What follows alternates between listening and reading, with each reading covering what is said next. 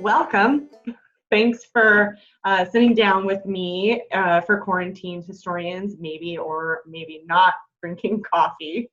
So first, I'll let you talk a little bit about your background, how you got started in the field so that anyone watching kind of knows a little bit about you, because I obviously already know a whole lot, which is why I invited you. So maybe do that first.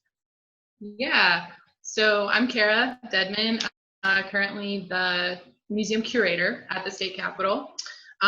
So my background is I've been with North Carolina State Historic Sites for, it will be 2012, 8 years in June.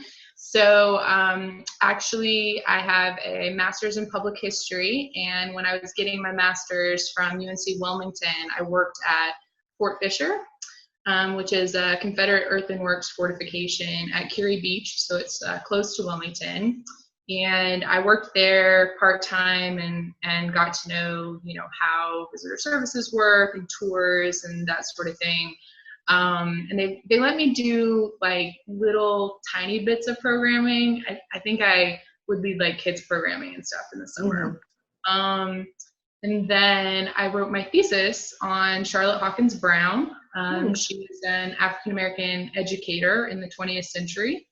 And it just happened that my graduation from my master's program kind of coincided with a job available at the Charlotte Hawkins Brown Museum. And so I managed to just kind of slide right in there. And there was only like a month that I was unemployed between being a student and working for the state full time. So I was assistant site manager at CHB for several years.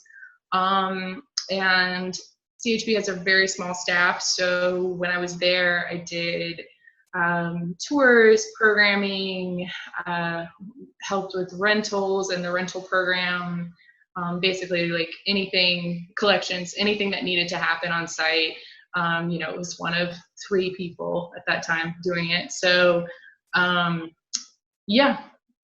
I started working at the Capitol a couple years ago.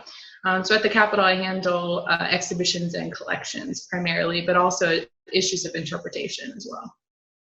Pretty amazing that timing. I mean, yeah, I remember when Freshelle, my site manager, called to offer me the position. I was just like, I'm not gonna have to have another job. Like, oh yeah, it was amazing. I was still a student when I interviewed for that position, and it was really fortunate. Yeah. Freshelle actually gave me my first full-time job in the field. So I'd been working part-time. I mean, I was basically working full-time, but they were keeping me like right around just below the full-time hours, because when I graduated, it was right in the middle of the recession. So it took a year of, working multiple jobs in museums, waiting. And then finally, one of the first full-time jobs to post was Stagville, the assistant site manager there. And Freshelle was the site manager there. And she hired me and then left like a week later to go work at Charlotte Hawkins Brown. But she was such a wonderful mentor even after she left. I mean, just really, really great. I enjoyed the week I had with her, and then she helped me a lot afterwards. But yeah, she gave me my first full-time job too. I haven't shown my mug yet. For a reason. I'm honestly uncomfortable with this mug now. And so I try to think about who I'm going to be talking to on Quarantined Historians and match my mug with the person. This one is actually says the Dixie Jubilee. Alvin Gilmore presents the Dixie Jubilee, North Myrtle Beach, South Carolina. And I've had this mug since I was probably 8, because I know you and I have talked a lot in the past and been through trainings together about interpretation. And when I see this mug now and I see Dixie, and has like, and Dixie in itself is a cultural reference to, you know, the South, specifically the states that were part of the Confederacy. That's what I thought about when I saw this mug. I feel a bit conflicted because when I look at this mug, I think about when I was 8 and my family would go to Myrtle Beach every summer, and my grandparents would always come with us, and we would always go play putt-putt, and we would always go see some kind of show. Now, as I've gotten older and I'm a trained historian and I'm thinking about these things all the time, I see it and I'm like, oh my God, like, it makes me feel a little, I don't know how to describe it other than icky. Mm-hmm. And uncomfortable, because I know that it can mean what it can mean to other people, and I know what Dixie represents, you know, as far as our country's history. And so now I'm like, oh man, like, I'm really conflicted over this mug. Mm-hmm. And if I alone, one person, can have these differing reactions and these differing, you know, views to one thing like this, then of course someone else, you know, 2 people are going to have differing views as well. How can we, as historians, public historians and museum professionals, who are supposed to be telling, you know, helping educate the public and tell these narratives, how do we do that in a way that is representative and for everybody? There's lots of language and symbols that are associated with these narratives of the South, right? And especially with kind of how those narratives have evolved over time. When I was in grad school, one of my favorite professors used to talk about the 3 time periods of public history, when that actually took place, and then you're looking at when people noticed it and started to talk about it, and then you're looking at yourself and the time that you're bringing to the conversation, right? So those are 3 totally different moments in time, which, you know, can mean different world beliefs and different laws, different ways of living.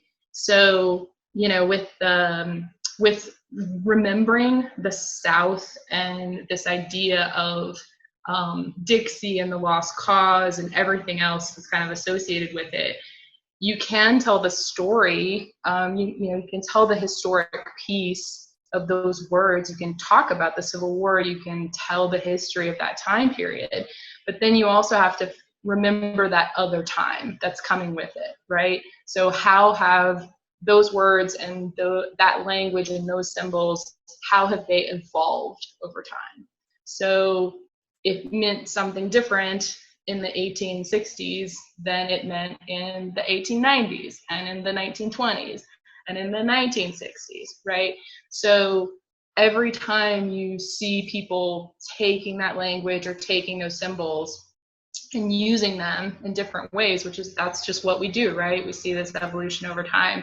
Every time it takes on whatever meaning those groups are imparting upon it. So those meanings change over time. And certainly the way that we're looking back on it today is different. So I think you just have to remember that, you know, those symbols are really loaded. And to tell the history of, you know, Dixie is a really loaded thing. You're not just telling a history that existed in one stagnant moment in 1864. Like, you're telling a history that has been taken and used for different reasons over time. At the Capitol, it's kind of difficult because for many years, the history that was talked about at the Capitol was a very kind of stagnant antebellum narrative. So the Capitol was completed and opened in 1840. And in the 1970s, when the space was, when it was decided that the space was going to be used for historic interpretation and the upper floors were going to become a museum after the legislature moved out, what we see during that time period is a very clear choice to put the Capitol back in its antebellum appearance, right? So it was a clear interpretive choice that was made in that era to think about the Capitol in that antebellum moment, even though the Capitol was the active capital throughout the 19th century and into the 20th century as well. And it continues to be the active capital of our state. So, you know, to kind of come into that space as a public historian and to know that that is the narrative that was told for so many years, and that's what, you know, our staff and historians there focused on, was this antebellum moment. It's difficult sometimes to bring in those other stories that you see throughout the 19th and 20th century, which I would say are just as or more relevant in some ways. And yeah, but we get a lot of pushback against kind of the changing nature of our historic narrative. Mm-hmm. How do you deal with it when people are on tour and they feel like you are erasing history? Yeah, that's something that we get a lot. You know, the Capitol is the people's house. That's one of our nicknames, and one that we're really proud of. And, you know, to me, there's kind of an inherent contradiction in the fact that the Capitol has always been called the people's house, or being known as the people's house in 1840 is very different from being the people's house in 2020, right? So for me, the people means that you have to tell as many stories, as much and as varied stories as you possibly can. You know, you can't just focus on the men that were elected to serve there and, you know, during the antebellum period. Like, you really need to pull forward who else was living, working, who was affected by what happened in our building. So we do get that pushback a lot, again, because our narrative so often in the past focused on those individuals. And so if you were to go there and a visitor doesn't hear those exact stories that they heard every time they went to the Capitol in the past, then you're right, they feel threatened, right? There's not a finite amount of history, right? Like, there's room for many, many additions into our narrative. So I don't understand the feeling of being threatened by seeing those changes. But it is something that we deal with a lot, and it's something that I try to be mindful of and not dismissive of. So, like with the Capitol and our monuments on our grounds, it tends to be, folks tend to look at those as just, this was erected for this moment in the Civil War. It's like, okay, we have these Confederate monuments, but most of them were erected in the 1890s and the 1910s. And what do you know about what was happening in our state and in our nation during that time period? And it's just like, well, no, they say Civil War, so that's what they're meant to represent. And so, yeah, you just get people that don't know the greater context. And so that's what we have to do as public historians, is just to flesh out that context. What monument on the Capitol grounds do you think is the most interesting, like, interpretively? Probably the Vietnam Monument. So it was dedicated in 1987. So we just recently commemorated 30 years of that monument. It's one of the only monuments on ground level. The title is After the Firefight. It depicts 3 soldiers in Vietnam kind of in a state of upheaval as they're being evacuated. And it's on level with people, so people can walk right up to it. Most of our monuments, if they depict people, they're on pedestals or they're up high. And this one it's very emotional. It's very realistic. The artist, which is it is the only monument on our grounds to be done by a woman. So the artist, Abby Godwin, actually worked with real life models, and she worked with real equipment. And, I've heard stories about her doing things like putting water in the canteen so that it looked heavy when she was trying to sculpt it, right? So she wanted that level of realism with that monument. And it's the only monument on our grounds to depict people of color. So the three soldiers are a white soldier, an African-American soldier, and a Lumbee Indian. And she actually used models of those ethnicities, which I think is important. And it's really visceral. And to see people interact with it is really interesting. Again, because it's on ground level and people can get like right up in the faces of the men depicted. We see a lot of people, I see children like touch their cheeks and that kind of thing. And I think that that's really moving to see that kind of emotional connection.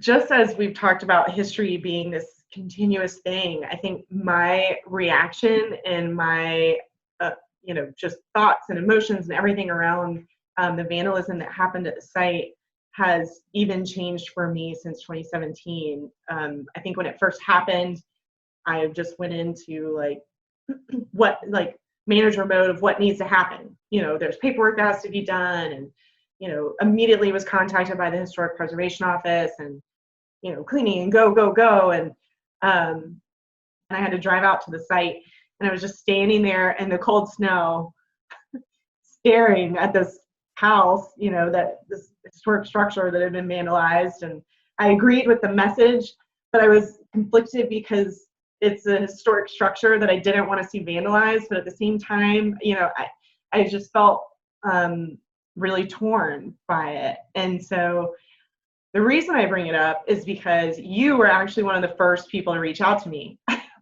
after it happened. And basically just saying, like, just thinking about you, I know that it sucks. I've been there. And I remember you saying it really doesn't feel good to have to scrub a message off that you agree with. We've had a couple of minor incidents since I've been with the Capitol, but the biggest one happened in the summer of 2015. So following the events of the Charleston massacre, we saw just kind of an increasing conversation about Confederate monuments and Confederate symbols, especially in the southern states. And so there was this ongoing kind of swirling debate about our monuments, and of course it continues to this day about our Confederate monuments. And the incident, actually we have 4 monuments on our grounds that either represent the Confederacy or contain symbols of the Confederacy. And so this vandalism happened at the Women of the Confederacy Monument, which is on the south grounds of the building. And it's actually one of the smaller ones. Mm-hmm. But yeah, so the incident happened at night. I was there in the morning when, I was out there with State Capitol Police and facilities management and whatnot, trying to clean it up and to get actual conservators over from the Museum of History and involved in that process. And the vandalism was spray paint of Black Lives Matter on this Confederate memorial. And I was very conflicted at the time. Again, kind of going back to the stuff we've already talked about, I think a lot of times people, when they talk about our Confederate monuments, they want to see them as only representative of the moment that they claim to represent, right? And by that I mean they want to look at these Confederate monuments and only see the Civil War and that conflict. Mm-hmm. And there's a whole channels we can swim down in that interpretation. But most of our monuments were dedicated in the late 19th, early 20th century. And so this was an entirely different political landscape than what happened during the war. So the Women of the Confederacy monument was, I think, 1914. And it has a woman seated. She has an open book, and there is a young boy next to her. And it's meant to represent the kind of keeping the home fires burning, women's sacrifices during war. So when women weren't actively participating in conflict, they were like charged with, taking care of the children, and but also kind of women were charged with remembering that conflict, right? So that's what it is supposed to represent. One of the speakers at the dedication was D.H. Hill Jr. So State's Library, NC State's Library, D.H. Hill is named for this person, and he was a historian, and he had a long history of being affiliated with North Carolina's educational system. But he also, at the dedication of that monument, talked about this kind of what we now know as the myth of the Old South and the plantation system. Mm-hmm. So he talked about the kindly relationship between enslaved people and their enslavers, right?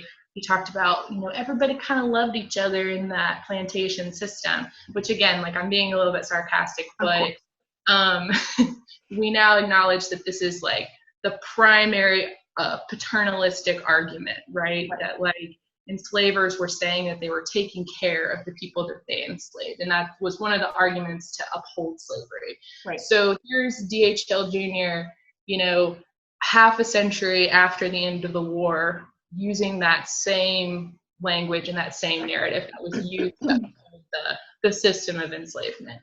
And why would he be doing that? Why would he, at the dedication of this monument, use that moment in time to say, to again reaffirm those values of enslavement, of white supremacy that we were seeing during the Civil War and that we continued to see then.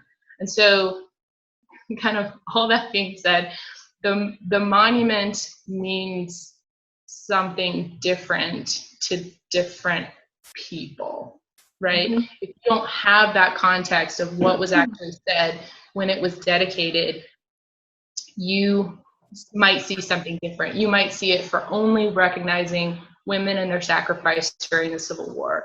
But as we already talked about, symbols of the South, symbols of the Confederacy mean different things to different people. And so it was hard to be a part of that, be a part of the team that was cleaning this monument, knowing the weight of that history, right? Knowing the things that were said at its dedication, knowing what the people that erected that monument were,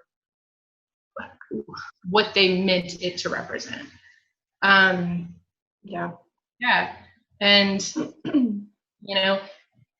it was a really weird moment in my career. It kind of it comes back to my mug, right? Like, and what this means. A mug seems so trivial, but like, it's not trivial. Like, it's not. There was a choice in when they called it this. Yeah. That was a choice in what Dixie represents and what it means to people. And at Vance, our vandalism was the same. It says Black Lives Matter to it. And now we use it as a teaching component. So we had the slave dwelling project at the site a year ago. And that was an amazing experience. We partnered with North Buncombe High School, and I think we had about 10 students. It was all women and one boy and one man from the school. But we did the tour, and we had a whole day full of like tour talking about language, like you mentioned before, like the language that's used around interpreting slavery. And then we had basically a fireside chat for a couple hours where all of the kids came together and we talked about, they were able to just talk about their experiences around race and everything, you know, history around the fire. And some of the things that they said were just really powerful. But earlier, as part of the tour, we actually took them around to the side of the house and showed them the vandalism, and we talked about it. And again, it was a very similar reaction where people were like, don't spray paint old stuff, like that's terrible. But then also struggling with the fact that they agreed. So it was very interesting kind of to see their reaction. To talk about, you know, that progression and that historiography and what that site represents for people. I've been kind of hammering this lately at the Capitol with our story of the enslaved people that constructed the building. You know, we have known for a long time that they were there, and we've talked about their presence, but we don't know a lot of specifics about them, right? About the individuals that were there. And we recently found a commissioner's report from 1834 that actually lists the individual men by name. So to see, you know, there's nearly 100 names listed, and they're kind of divided by the type of labor that they were doing for the project. Even though we're telling the whole story of North Carolina, we talk about the individual people as often as we can. And, you know, it's really important to me to know their names and to say their names in our space as much as possible, because we certainly say the names of the legislators that served there and the governors that were elected and had their office there. We say those names all the time. So it's important to say the names of these men as well, and to not talk about them as this generalized experience, but to talk about them as individual people who were working there. So that's kind of my answer to that. Like, yes, we struggle with this whole, like, the history of North Carolina, but as much as possible, we like to talk about the individuals that made an impact and that were impacted by the Capitol. Yeah. And we've made this database now, and we're trying to find these individuals in other places in the historic record, just to learn as much about them as we can, and you know, to know more about what their lives were like.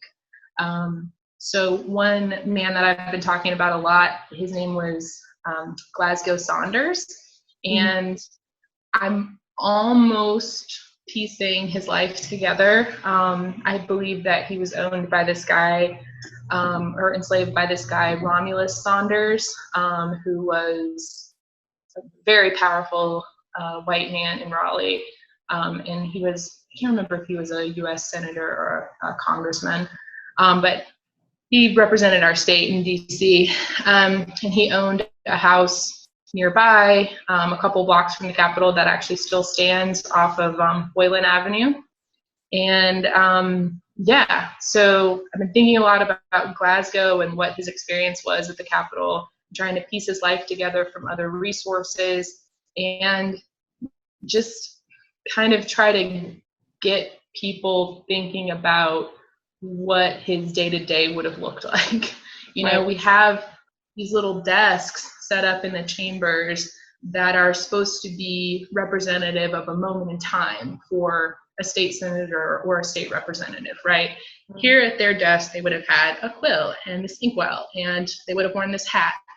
And that's obviously important, like, to get people thinking about someone sitting there in that chamber and doing that work. But what was Glasgow's daily reality? We have a long way to go with this part of our work as public historians. You know, it's one thing to acknowledge that our narratives are incomplete, right? Because we're only telling a white-centric story. But so what? Like, we acknowledge that every day. Yeah, who cares? Unless we're pulling in, unless we're, trying to look for resources to give voice to those individuals that weren't included in our narrative before. So do you have like one really good story from working at the Capitol where you just felt like, this is why I do what I do? So it's a little bit heavy. It's a little bit heavy. Because no. I mean, that's okay. No, I wouldn't be me unless I found reward in the heavy situation. Oh, I know. I'm exactly the same. I get it. But so we have these amendment plaques. So all over the Capitol, we have busts and plaques that represent or that are meant to commemorate or memorialize moments in North Carolina history. So the most recent additions to our plaques are these amendment plaques, the 13th, 14th, 15th, and 19th Amendments to the U.S. Constitution. And those are amendments that deal with full citizenship rights.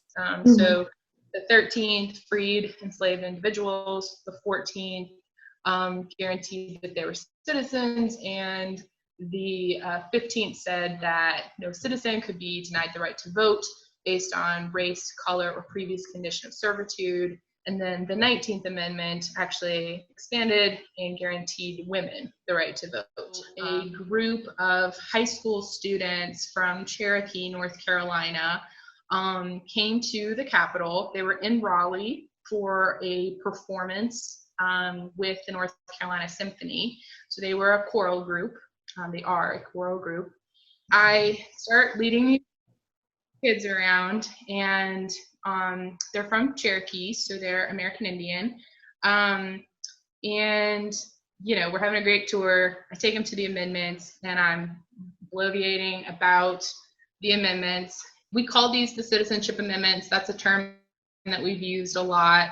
And I'm telling this to this group of kids, and one of the kids just raises his hand, and he tells me that is not the correct term. He says these aren't citizenship amendments, and he explains to me that American Indians were not represented in these amendments, and that American Indians and their fight for citizenship was totally independent from other groups and their enfranchisement. And to be stopped by a high school kid in a tour like that was so great and humbling, and it was awesome and terrible at the same time, because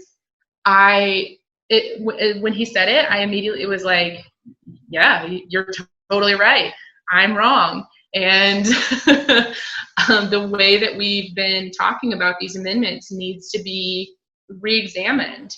I actually wrote a panel to put in that space that explains the fight for citizenship that American Indians had to make, and especially about the story of the Cherokee in North Carolina. I sent it to that school group, the Cherokee Chamber Singers. They read it and signed off on the language that I was using and what the text was describing. Right. And then they actually came back this past November and performed at the Capitol after the panel was up and everything. So to have them participate in kind of what we were doing was so powerful for me. And again, as a public historian, sometimes, as a historian in general, sometimes you kind of get on your soapbox a little bit and you're just kind of running off at the mouth about the stuff that you know a lot about, and to be checked by a student in that moment. Like I said, it was so humbling, but it was also amazing. And it was honestly one of the the best moments of my public history career to get that, and then to be able to work with those kids to make something good out of that situation. I love that the kid felt, the student felt comfortable enough and strong enough to make that statement. That says a lot about, that student and their school and their teachers, and everything about that is wonderful. And then your reaction to not, I think a lot of people probably would have potentially been, embarrassed and then reacted with anger, which I think, could have happened and obviously didn't, because you're amazing. So I feel like it just was like the perfect people came together that day, and I love it so much. I actually looked them up after the first time you told me that story, and I went and saw their performance in Asheville. Yes. So they performed here, and I cried. It was so beautiful. To hear the students' voices just kind of like fill up the rotunda of the Capitol was so powerful. It was amazing to see them perform in that space. So I was really glad that they were able to come back. And it was honestly, it was just a chance encounter of a tour that so many little stories like that of, and most of mine, I feel like, often revolve around children. Oh, for sure. Of them being like, wait, what? What happened? That happens a lot. There was one time when I was telling a group that we didn't have our first female governor until 2008, and this little girl was just like her face kind of working through that knowledge. She was aghast, just aghast. And I was like, yes, you go and be a governor, yeah. Oh my gosh. Well, I really appreciate you taking this time to hang out with me and chat from home. My Death Star is empty now, so that must mean that the time has come for us to say goodbye. The Death Star is empty. The time has come. Yeah. All right. Thanks for having me. Yeah. Well, you have a good rest of the day, and I'll talk to you later. Okay. All right. Bye.